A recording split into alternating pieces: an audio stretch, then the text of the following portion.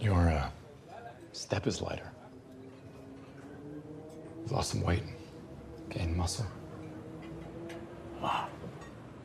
I'm not gonna spar with you, Murdock. No, I wasn't asking you to. Well, I'll admit it's not entirely unpleasant to see you again. It's been a long time. We interrupt this program to bring you...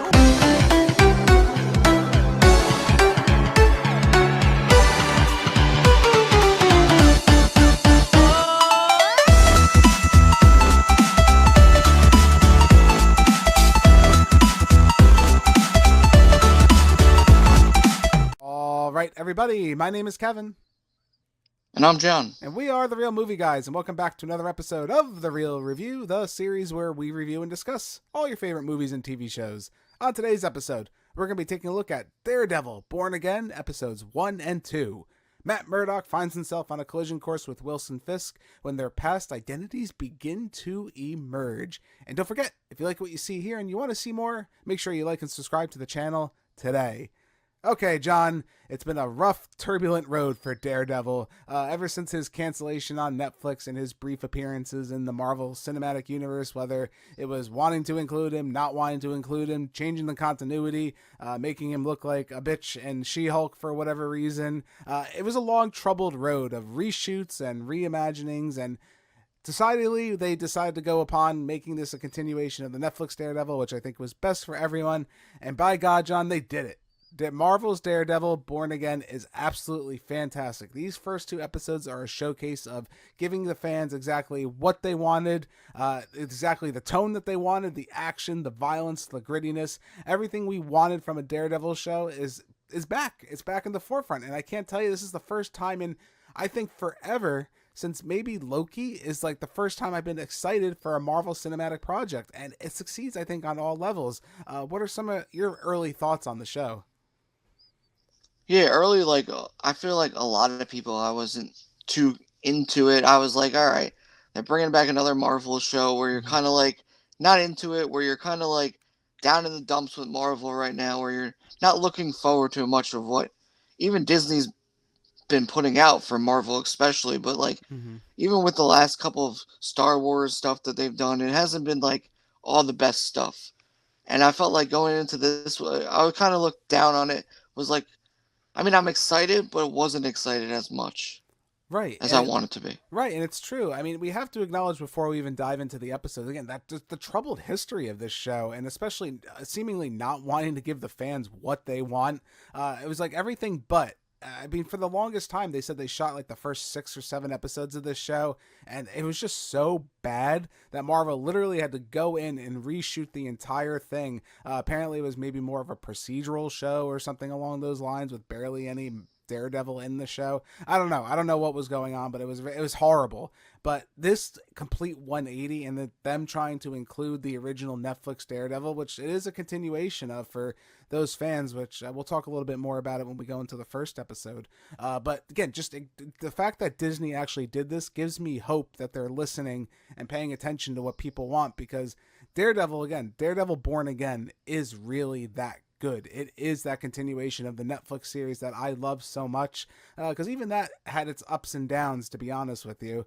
More so, I think, with all the inclusions of the other things like the Defenders, Luke Cage, Jessica Jones, especially Iron Fist, which we won't go into, but I think those shows kind of smothered, I think, Daredevil, and Daredevil just being on his own and kind of having his own show with maybe some loose acknowledgments of the Marvel Cinematic Universe here and there. This is the show. This is the way to go about it. It brings a grittiness and realism I think we've been lacking from the Marvel Cinematic Universe, and I think this is the addition. This is the shot of adrenaline Marvel really needed at this point. Yeah, 100% agree with you. It feels like it's one of the, and it felt like it feels like, especially after watching the first 2 episodes, it draws you into it, where it's like one of those things where you're finally looking forward to like a show that you want to watch again. You know, there's not that many that can pull you in so quickly, but this is one of those ones that I feel like is so far starting out so good and it's pulling you in. Right, and it would have been a crime ultimately if Charlie Cox couldn't be Daredevil again, if Vincent D'Onofrio couldn't be Fisk again. I mean, we do love these two characters, these two icons. When they're in the same room together and they're breathing the same air, it's palpable tension, and you gotta love it. And Marvel, I think Disney and Marvel, whoever you want to call them at this point, kind of knew that, especially because we saw them make appearances in Spider-Man: No Way Home. Hawkeye, Echo, these characters that were so strong, they knew how good these characters were, and whatever project they were working on was obviously no good, so they said, well, let's just give fans what they want and continue Daredevil as it should be, and I think it's all the better for that. What I want to say now is, so before we jump into the show, into these first 2 episodes that premiered on Disney Plus, we're going to be talking about spoilers. I don't think there's really a way to avoid it. So what I recommend to you, which I know is probably the worst thing a YouTuber could say to people, what I want you to do is go watch the show, watch those first 2 episodes, then come back and hear our discussion and our thoughts on it. I really recommend that you go see it, go in blind, especially the first episode, which I think is probably the biggest oh my god moment of Marvel in quite a long time. I think you should go do that. Check it out. Come back. Come visit with us, and we'll hang out. But let's jump right in. So episode 1, Heaven's Half Hour. John, I gotta tell you, man, this is probably the best episode of Marvel television, and maybe some of television we've had in quite some time. This episode literally is an adrenaline rush right from the beginning, and it just sets up the entire show in the most pitch perfect way. It's a big F you to everybody that said Daredevil was gone. It brings back everything that was what Daredevil is famous for, which we'll talk about a little bit. But John, this episode I think is really, really good. If that didn't come across already.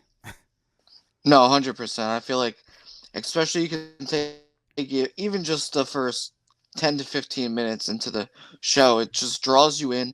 It brings you brings you back into this character where you understand almost all about the character and what he's kind of gone through, but then they're in a way taking you back through the whole story too. And they're showing you the heartache that he has to go through in the first couple of episodes where he's got to learn to deal with stuff. And it's almost like how when they first started in the first Daredevil, where he's kind of just learning how to deal with his disability right away in his own way. Right, and I think this show, the best thing it does is, so it kind of just throws you right in. So some people may see that as a negative or positive, depends on who you're talking to. I like to see it as, if you're a fan of the show, great, you're gonna get a lot out of this. If you love the original Netflix Daredevil show, it's a continuation, so you're gonna get enough.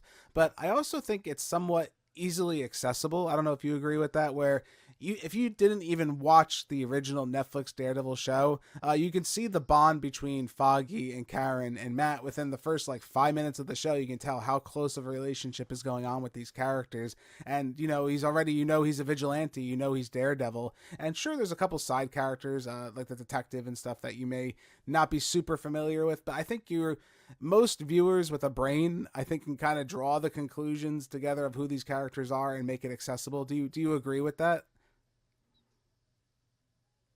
Yeah, 100% agree with that. Yeah, because again, I think you don't need to know a ton about the show in order to jump right in. But again, as soon as this show starts, I don't like to do play-by-plays of the show, but I think just for the beginning, like you said, 15 minutes of this show, it's super phenomenal. Right away, Foggy dies. He gets shot by Bullseye from the previous season, and it's just oh my god. And then Daredevil introduces what we love to have seen from Daredevil is the one-shot camera fight scene. Daredevil has always been famous for that. I think it started with the hallway fight scene from season 1, where Daredevil fights a bunch of guys and it's one continuous shot.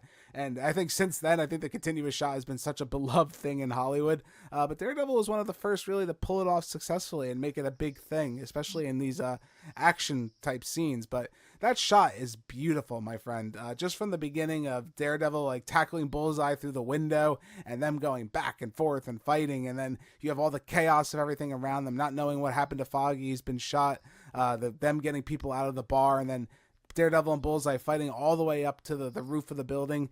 John, that is what makes Daredevil, in my opinion. That action, they know exactly how to film it. Oh yeah, 100%. That was watching that almost brought you in a way into the story even more, where you just look forward to all those great fight scenes that that it's going to come through this whole entire show, and and even like just like the realism of them keep Yeah. fighting and him, even him getting stabbed each time, and it just showed like they were able to capture it in a way where you were like, wow, this looks really great, and like Mhm. the fight scene went on long enough where it wasn't like drawn out, but it was in a way like done tastefully. Right, and it's just constant adrenaline. That's what I like to call this. Their kind of action. It just constantly keeps feeding you with something interesting to see on the screen. Like you said, when Daredevil gets stabbed, he's got knives sticking out of him. They're chasing each other up the stairs. They're going back and forth. Even more interesting, I think, too, is the use of sound design, because we have a constant like heartbeat beating in the background of the show, because you know Daredevil is listening to Foggy's heart because he got shot and he knows what's going on. So he's constantly listening to that. So you have that like beating in your eardrum.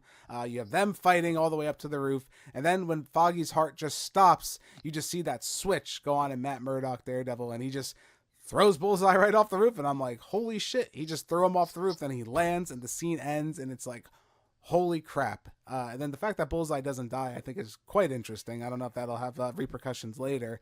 But again, that whole scene, that whole probably 15 minutes, I guess I would say it was, is just like, what an establishing setting for Daredevil, right? It just lets you know that this show is not messing around and they're back better than ever. And even if I were just that 15 minutes, I would have gave it a 10 out of 10 just for those 15 minutes, because I really did enjoy it. I think it's that good, to be honest with you.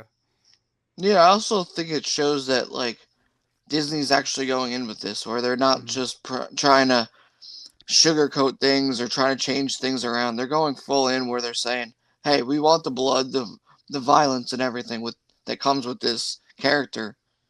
Yeah, and there's character development, which, god damn it, I don't think Marvel's been able to do that, to be honest with you. There was no jokes undercutting a scene. There was no slapstick. It literally just jumps right into the violence and the character development, because you can see the pain and anguish on Matt Murdock's face. And right after that fight scene, the show it skips a year later into the future, and we slow down and we see the effects this has had on Matt Murdock's life. He's given up being Daredevil. He's become like a poshy lawyer, I guess you want to call it, almost, where he's like he's in the city now representing people and stuff like that. With Kristen McDuffie, who was I think she was a lawyer. I don't know if she was a state lawyer representative. She was something, but I don't remember her too well. So sorry. I have a very blurred image of Daredevil season 3. But I know, again, that doesn't really matter, I guess, at this point either. They've joined forces and become law. Karen's gone. She's gone to do her own thing out in California or something like that because of what happened with Foggy and everything. And they're dealing with the repercussions of everything that happened with that. But not even just that. Then we get introduced to the other, I guess I would argue, the other main character of this show. Wilson Fisk makes his grand appearance back into the scene when he finds his wife kind of dealing as the kingpin. And Vincent D'Onofrio, man, if we thought Charlie Cox is Daredevil, Vincent D'Onofrio is Wilson Fisk. That man enters a room, and literally, like the scene shows, when he enters the room and everyone kind of just like leaves and is like scared, I get it. Right? I mean, the man just has a presence about him. He has such an emotional depth and just a visual thing to him that when he walks in, it's an aura that's like unmistakable. Oh yeah, definitely, 100%. He's definitely one of those. You know, when you think about those characters where you're like, all right, this person was made for this character. Yeah, I feel like that's how this one is. Like, sometimes they'll hit it out of the park with finding a person to represent a character. right. They definitely found a good one with this one. Yeah, and Vincent D'Onofrio is a good actor. He's a funny guy, like in real life. If you've ever seen kind of like interviews with him, he was in like Jurassic World, I think, randomly. And I'm like, that's the same guy. It's so funny sometimes when you see him pop up in other things.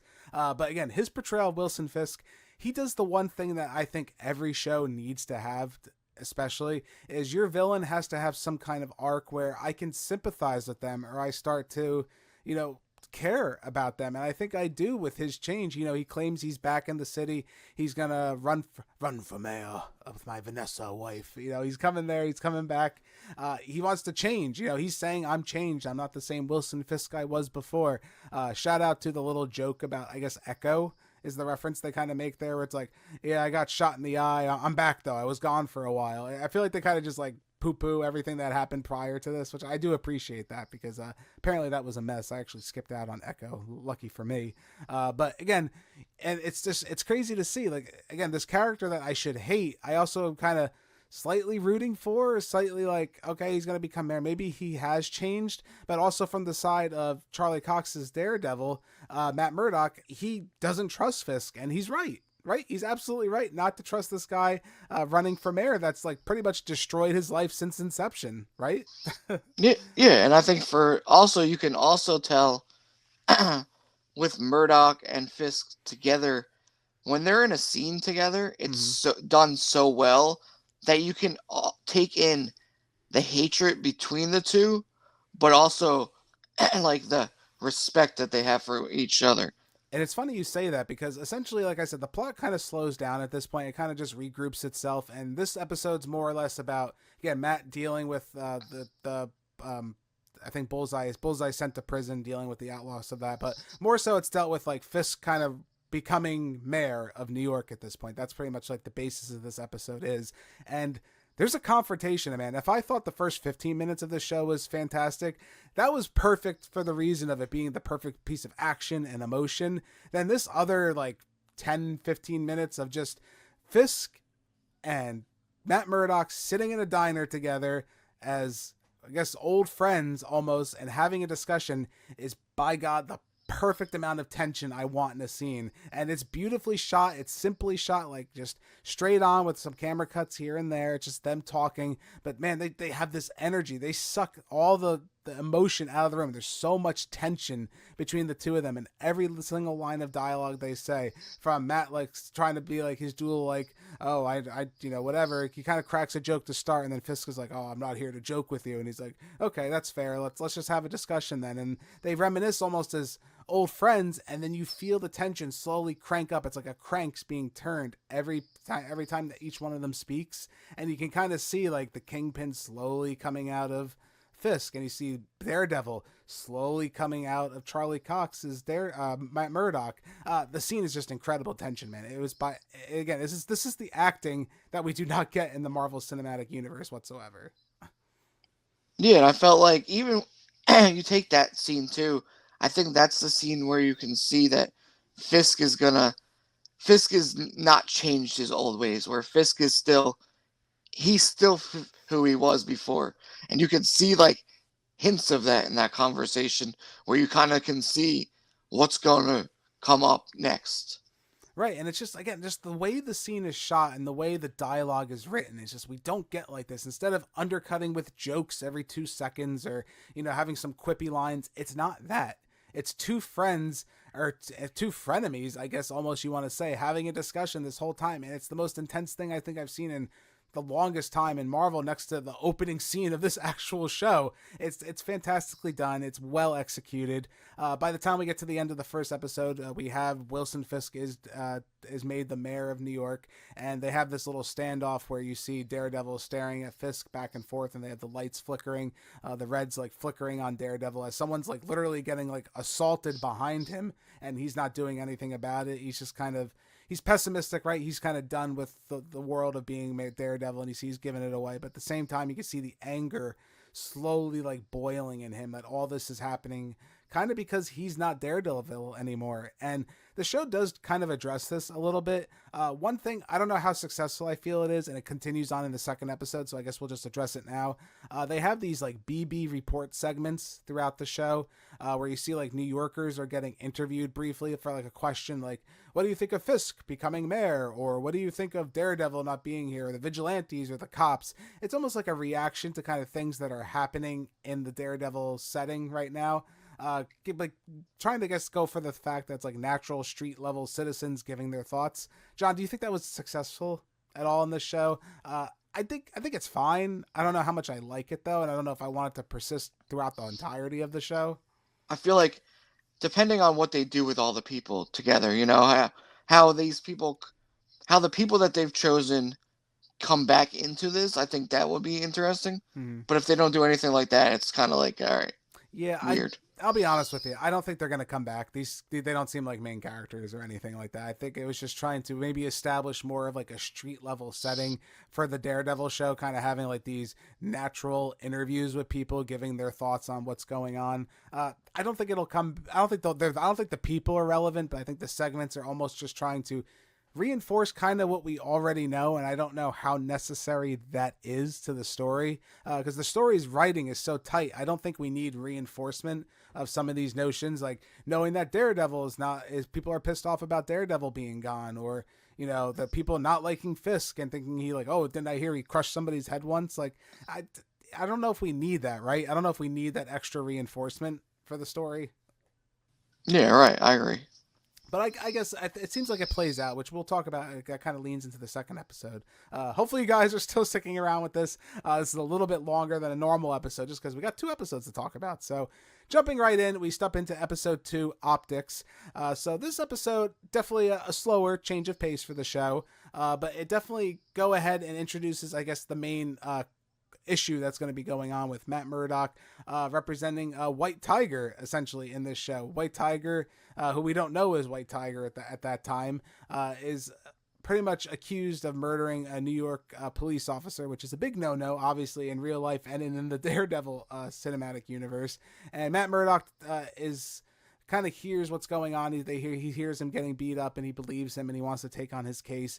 And that's kind of like where we're starting the setting now, right? At least as far as Matt Murdock's concerned, he's kind of having this thing where he's trying to go ahead and represent White Tiger, kind of get him off of these murder charges. And it seems like there's another conspiracy unraveling. And again, the show does a really excellent job with it because it's balancing that story, which again, it's going to be, I think, the through line of the show, while introducing the Wilson Fisk's rise of Mayor and how uneasy it is. What did you think of this episode? No, yeah, 100% agreed. I felt like this episode definitely slowed everything down for a little bit, but it also, like, I felt like it was also a good interaction of, like, how they bring in, like, him not being Daredevil, but he's now just, like, a regular, kind of just a lawyer. Like, I felt like with his powers that he has, where he can, like, listen into things and that, I feel like that also brings it all the way in, where I feel like the fact that he's a lawyer is a good alter to Daredevil in a way. Right, and again, you see, but it's like the same thing becomes the old habits die hard, right? So we still see him being Daredevil while not being Daredevil, almost tracking down a cop to the end, which again, we'll save that more for the end discussion. But it's a very interesting character study, and I think you needed this kind of episode after the first episode. Between the opening scene of the first episode and then the middle scene with Fisk, you needed some time to let the story breathe, and that was the right choice right here. And it's not a bad thing. People might say, oh, it's a little bad that it's slower. It's not. I won't even say it's slow. It's just kind of revving up the plot, right? We got to kind of set up a story, and this is what the show does. We dive in a little bit to Daredevil, Matt Murdock's love interest, Heather Glenn, who's a psychiatrist. They had a funny little meeting in the first episode, which I thought was kind of nice to see, like, Matt Murdock maybe finding love, hopefully again, but I don't know. There seems like there was a creepy guy introduced at some point, which I wonder if that guy is going to he's going to come up at some point where he's asking for help from a psychiatrist, and she's like, oh yeah, anytime, gives him his email. Again, it was a little nugget of information that was dropped, and I feel like that's going to come back to be something. I really don't have any idea at this point. There's no further episodes, so I can't assume a guess. But also, not even that, I like how they also tied in now that his girlfriend is helping Wilson Fisk through his marriage issues. Him and Vanessa are going to have the marriage council about how their marriage is essentially falling apart.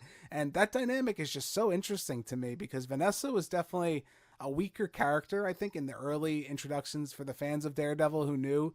She wasn't the strongest character, but she kind of became into her own and became her own version of the Kingpin while he was away. And it's almost as if she's not happy he's back. Is that the vibe that you kind of got, John? She's not happy he's back, and she's not happy the way he's kind of turning out, wanting to kind of change the world and be a good guy, if you will.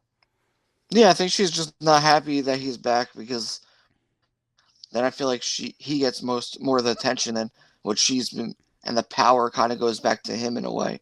And especially when he won mayor, I feel like that was one of the things where she was kind of like not as happy, but like in a way she kind of like made it happen, Yeah, no, I agree. And again, that tension, there's going to be so much from that, and I can't wait to see where that goes. The big thing, like I have to say, is like old habits die hard, and like the duality of man is really like I think the theme of this episode, because not just Daredevil, but Wilson Fisk too.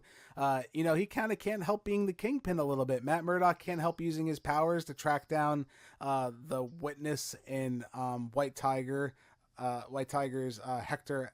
Hector, I guess is his name. I'm sorry, I can't pronounce his last name. But Hector's guy that he saved, he's using his Daredevil abilities to track him down.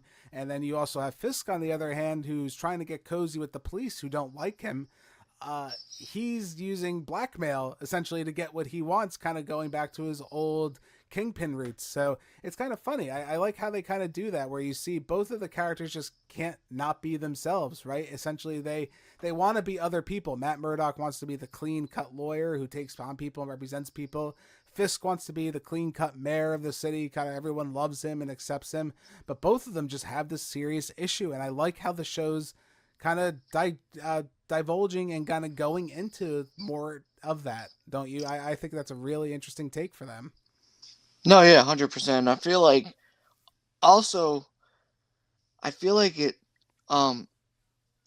in a way you can see when like Matt Murdock goes to help out his client and like with his henchman kind of guy that he has helping him find stuff for him because he can't see. So he has this guy kind of find certain things for him, Matt Murdock. And I feel like one of the important scenes was when they find the guy who they saved at the hotel room. And he goes in there and he goes, listen, I need you to leave. And then you see what the bad guys kind of, or the cops per se, they were there to kill the one guy. Right. And they almost killed Matt Murdock in a way. And you were just like, you're kind of like, all right, how does this go from here to where we're going soon? Like you can see that it's like, almost in a way where the plot is thickening even more. Right. And we just began. Right. And like by the end of the scene, we have Matt Murdock helps the witness escape. He gets him out of the room and he escapes down the fire escape. And the cops that are trying to kill the witness because they want to kill Hector. They want to put Hector away. I mean, they say he's a cop killer, but I think there's more involved to it than that. And by the time we see him escape out the fire escape and these cops come in and attack Matt, you see Daredevil come out. He asks them, like, please don't do this. And you can almost feel like the duology behind that, where it's like, no, please don't do this. Don't make me become Daredevil. Don't make me have to stop you almost. Not so much like, don't do this. Like he's like begging them to stop because he doesn't want to hurt them, which I think is crazy. And when they finally do, he snaps and we get like this most violent outbreak, which again, we haven't seen really in Marvel and ever to this degree. We're breaking a guy's arm, slamming his head against the refrigerator, just letting out this violent outburst. And when it's over, you hear Matt Murdock screaming like, I didn't want to do this. I don't want to be this man, but I am that guy. And then the episode just cuts to black and damn, the emotion right there. Again, without like too much dialogue going into it, I think they really were able to capture, Matt Murdock kind of taking those steps to becoming Daredevil again. And again, I think they kind of do it with Fisk too, with the blackmail scene where he's like, I'm trying to play nice, but I can't play nice anymore. And he does the whole speech about the sub shop and everything like that. And I thought that was really classic. And he lifts up the paper and he's blackmailing the chief of police, his son who wants to retire, or I guess his love child or whatever it is, something like that. But he literally just uses a picture and a sub, and he knows like I could destroy a man with an image. That's all I can do. But that's a kingpin tactic. That's not a mayor tactic. That's not what you're supposed to be doing. And I love that. I love how both of them are taking their steps to becoming those characters again in this show. And it's a natural evolution. Well, I'm also curious about like the reporter that had like the 5 minutes or whatever it was with Fisk. I'm also wondering, like, did he actually get all that information from her? Or did he have somebody else working on it too? Because, like, in a way, it seemed like he was very turned off by her, what she was saying. But then in a way, it was like he also used that information that he got from her to then turn it around on the police. Right. And I in a way. Yeah, and it's funny. So she is the niece of Ulrich from the first season of Daredevil. I don't know if he dies. I don't really remember, to be honest with you. It's been some time. But she's the niece of that character, and that's where we've been getting these BB segments, the BB News segments or whatever. They continue through on this episode, to, like we kind of said before, and I still feel the same way. It didn't really change in this episode. I don't know how necessary they were, but she's kind of interviewing Fisk, and she gets 5 minutes with him, and she starts grinding out information with him. And it's funny how you see Fisk like flinch at first, and then he kind of just lets her go. But then again, those kingpin wheels start turning in his head, where it's like, all right, I'm going to use her for information. So whatever he means by that, I'm not sure whether she got, like you said, information from her or he has other sources.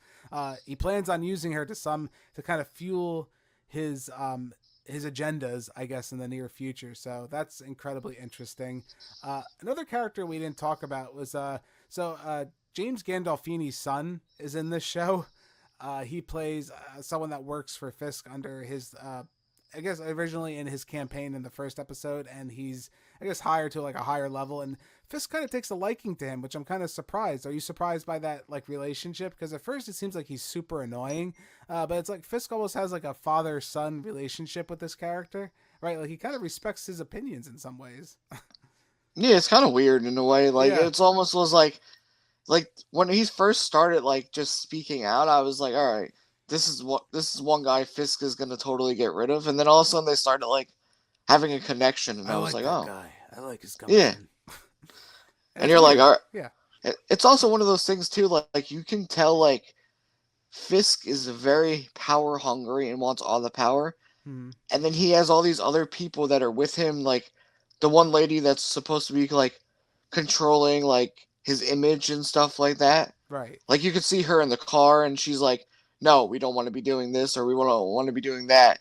She kind of seems like she's also like there. It seems like those two are gonna bump heads a lot, and then this guy seems like he's just like kind of in right now. Right. Yeah, it's interesting. It's interesting that people Fisk is keeping close to him at this point. So I'm curious to see how that kind of develops over time. I will just say, last thought, Michael Gandolfini, not that great of an actor. I can kind of leave him, to be honest with you. I thought his performance was probably, out of a strong cast, he felt like the weakest in the show for me personally. Last thing too, also White Tiger, Camar de los Reyes, who plays Hector, the White Tiger.